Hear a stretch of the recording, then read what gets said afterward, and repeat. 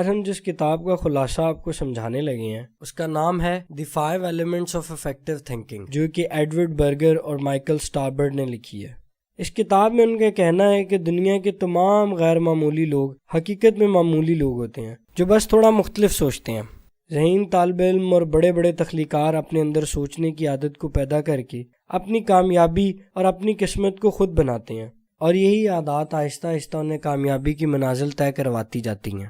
اس کتاب میں ایسی ہی 5 عادات کا ذکر کیا گیا ہے جن کو اگر کوئی انسان اپنی زندگی میں شامل کر لے تو وہ نہ صرف تخلیقی سوچ کا مالک ہو جائے گا بلکہ آخر میں ایک کامیاب آدمی کے طور پر جانا جائے گا۔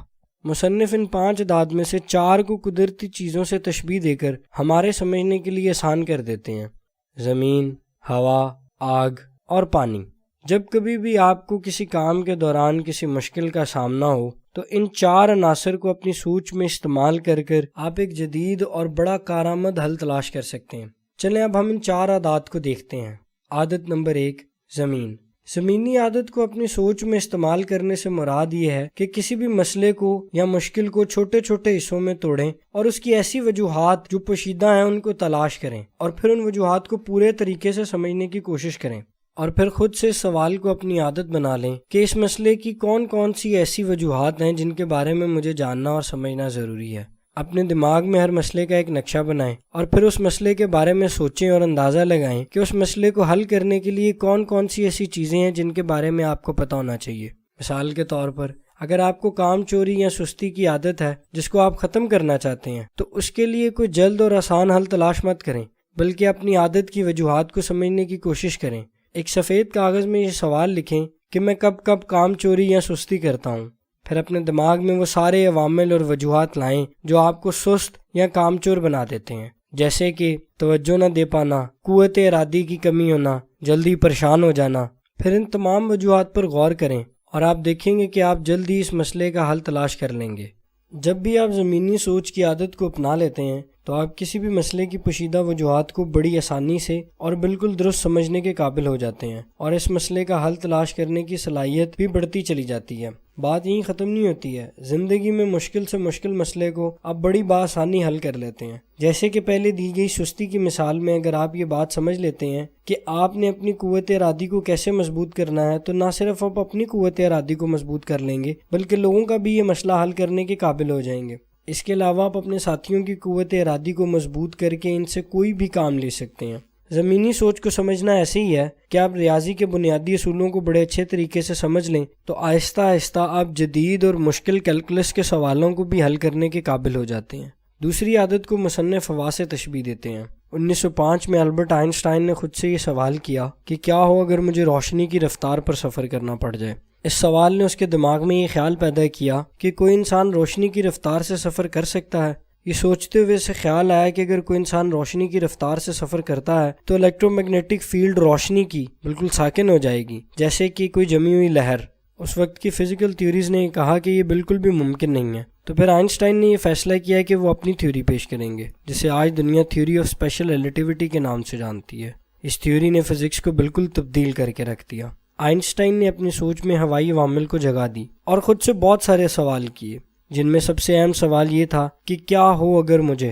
مصنف کا یہ کہنا ہے کہ اگر آپ خود سے یہ سوال کرتے ہیں کہ کیا ہو اگر مجھے یہ کرنا پڑ جائے تو بہت ساری مشکلات کا آپ بہت آسان حل تلاش کر لیتے ہیں، کیونکہ یہ سوال انسان میں سوچنے کی عادت کو بڑھاوا دیتا ہے۔ میرا ذاتی طور پر یہ خیال ہے کہ اگر میں وہ بچہ ہوتا جس کو اس مشکل کے بارے میں بالکل بھی نہ پتہ ہوتا تو یہ سوال مجھے کسی بھی مسئلے کو مبتدی کے طور پر دیکھنے پر مجبور کر دیتا اور مجھے میرے تمام تر مفروضوں کو پرکھنے کا موقع دیتا۔ اس کے بعد جو دوسرا سوال میرے دماغ میں آتا وہ یہ ہوتا ہے کہ اگر میں مسئلوں کو حل کرنے میں ماہر ہوتا تو یہ مسئلہ میرے لیے حل کرنا بہت ہی آسان ہوتا۔ میں کسی بھی مسئلے پر فضول محنت نہ کرتا بلکہ ہر مسئلے کا آسان حل تلاش کرنے کے قابل ہوتا۔ اور یہ سوال میں جب بھی کبھی پریشان ہوتا ہوں تو خود سے ضرور پوچھتا ہوں۔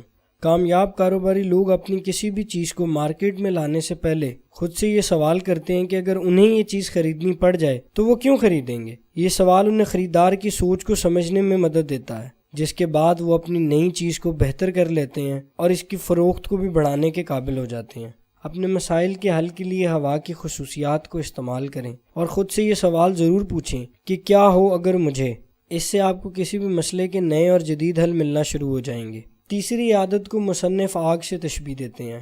تھامس ایڈیسن کی یہ بات بہت مشہور ہے کہ جب میں بلب بنا رہا تھا تو میں نے 10,000 ایسے راستے تلاش کیے جن سے بلب نہیں بن سکتا تھا۔ مصنف کا یہ کہنا ہے کہ ناکامی اور نتیجہ خیز ناکامی میں بہت فرق ہے۔ ناکامی ہار ماننے کا نام ہے اور ہار ماننا کبھی بھی مفید ثابت نہیں ہوتا، جبکہ نتیجہ خیز ناکامی سے مراد ہے خود سے یہ سوال کرنا کہ مجھ سے ایسی کون کون سی غلطی ہوئی ہے جسے میں بہتر کر سکتا ہوں۔ یہ سب سے بہترین طریقہ ہے جو آپ کی ناکامی کو کامیابی میں بدل سکتا ہے اور آپ کے دماغ کو روشن کر سکتا ہے، آپ کو ایک کامیاب راستہ مہیا کر سکتا ہے۔ مثال کے طور پر اگر آپ ریاضی کے امتحان سے پہلے تجرباتی امتحانات دیں تو آپ اپنی کمیوں اور غلطیوں کو پہچان لیں گے اور آپ کو یہ سمجھنے میں آسانی ہوگی کہ کن چیزوں پر آپ نے محنت کرنی ہے۔ آگ کی طرح سوچنے کو اپنی عادت بنا لیں، ایسے راستے تلاش کریں جس پر آپ خود کو پرکھ سکیں، غلطیاں کریں اور پھر ان غلطیوں سے سیکھیں، کیونکہ یہ بڑی دلچسپ حقیقت ہے کہ غلطیاں ہی انسان کو کامیابی کی طرف لے کر جاتی ہیں۔ چوتھی عادت کو مصنف پانی سے تشبیہ دیتے ہیں۔ جب پانی کے بارے میں سوچتے ہیں تو سونامی کے بارے میں سوچیں۔ سونامی یکدم کوئی بڑی لہر کی طرح نہیں آتا، بلکہ شروعات میں چھوٹے چھوٹے پانی کے بلبلے بنتے ہیں جن سے چھوٹی چھوٹی لہریں جنم لیتی ہیں، جو آہستہ آہستہ بڑی لہروں میں تبدیل ہو جاتی ہیں اور پھر وہ ایک سونامی بن جاتا ہے۔ سونامی کا بننا ایک تکراری عمل ہے، جس طرح کی ہماری کامیابیاں۔ مصنف کہتا ہے کہ 25 مئی 1961 کو JF کینیڈی نے یہ فیصلہ کیا کہ انسان کو چاند پر جانا چاہیے، تو اگلے ہی دن ناسا نے کوئی ایسٹروناٹ تیار نہیں کر لیا جو چاند پر چلا رہتا، بلکہ پہلا گول یہ تھا کہ چاند پر کسی راکٹ کو پہنچایا جائے۔ 3 سال کی محنت کے بعد رینجر 7 کو چاند پر پہنچایا گیا اور پھر اس کے بعد 15 تجربات کے بعد انسان اس قابل ہوا کہ اپولو 11 کے ذریعے انسان کو چاند پر اتارا جا سکے۔ دنیا کے بہترین مصنف بھی آپ کو یہ بات بتائیں گے کہ جو چیز انہوں نے سب سے پہلے لکھی تھی وہ بالکل بیکار تھی، لیکن اس بیکار چیز میں بھی چھوٹے چھوٹے پیراگرافز میں ایسی چیزیں ملیں جس سے انہوں نے پوری کتاب لکھی جو بعد میں دنیا کی بہترین کتابوں میں شامل ہوئی۔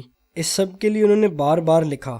ہر کامیابی کسی ایک خیال پر منحصر کرتی ہے، وہ خیال جو پہلی بار بالکل بیکار لگتا ہے، لیکن آہستہ آہستہ اس خیال کے بارے میں سوچنے سے وہ ایسی شکل اختیار کر لیتا ہے جو آپ کو کامیابی سے ہمکنار کر دیتی ہے۔ جیسے کوئی بھی مصنف اپنے پہلے بیکار خیال کو آہستہ آہستہ بہتر کر کے ایک بہترین کتاب کی شکل دے دیتا ہے۔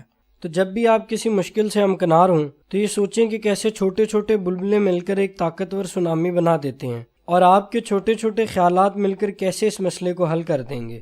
زمین، ہوا، آگ اور پانی، یہ سب بہت اہم ہے، لیکن جو 5ویں عادت ہے وہ ان چاروں کو کارآمد بننے میں بڑی مدد فراہم کرتی ہے۔ 5ویں عادت کو مصنف کوئنٹ ایسنشل سے تشبیہ دیتے ہیں۔ مصنف کہتا ہے کہ قدیم مشرقی یونانی فلسفی میں کوئنٹ ایسنشل ایسی چیز کو کہتے تھے جو تبدیل نہ ہو سکے، جس سے خارج الارض سلطنتیں بنائی جاتی تھیں، لیکن مزاخیز بات یہ ہے کہ یہاں پر یہ تغیر پذیر ہو جاتا ہے۔ اور جب آپ کوئنٹ ایسنشل کے بارے میں سوچتے ہیں تو ایک فینکس کا خیال اپنے ذہن میں لائیں جو خود کو تبدیل کرتا رہتا ہے۔ باقی چاروں عوامل آپ کی اس وقت تک مدد نہیں کر سکتے جب تک آپ اپنی سوچ میں تغیر کی عادت کو اپنا نہیں لیتے۔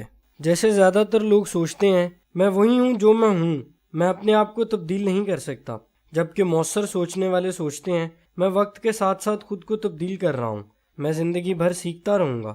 مختصراً یہ کہ کوئنٹ ایسنشل کو اپنی سوچ میں جگہ دیں، اپنے خیالات، یقین اور عادات کو وقت کے ساتھ بدلتے رہیں۔ آخر میں جب کبھی آپ کو کسی مشکل کا سامنا ہو تو ان 5 عوامل کو اپنی سوچ میں استعمال کر کر اس کا حل تلاش کریں۔ جیسے کہ زمین سے مراد یہ ہے کہ آپ کسی بھی مسئلے کا حل تلاش کرنے کے لیے اس کی پوشیدہ وجوہات کو تلاش کریں، اور ہوا سے مراد یہ ہے کہ کیا اگر مجھے یہ کرنا پڑ جائے، مطلب نئے نئے خیالات کو اپنے دماغ میں جگہ دیں۔ اس کے بعد باری آتی ہے آگ کی، جو ہمیں سمجھاتی ہے کہ ہم کیسے زیادہ سے زیادہ غلطیوں کو درست کر سکتے ہیں، ہمیں کیسے اپنی غلطیوں کو ماننے اور ان سے سیکھنے کا موقع ملتا ہے۔ اس کے بعد باری آتی ہے پانی کی، جس سے ہم سیکھتے ہیں کہ جیسے قطرہ قطرہ مل کر سمندر بناتا ہے، اسی طرح ہمیں چھوٹی چھوٹی محنت سے بڑی کامیابی ملتی ہے۔ اور آخر میں باری آتی ہے تبدیلی کی، مطلب وقت کے ساتھ ساتھ ہمیں خود کو تبدیل کرنا ہے، نئی چیزیں سیکھنی ہیں۔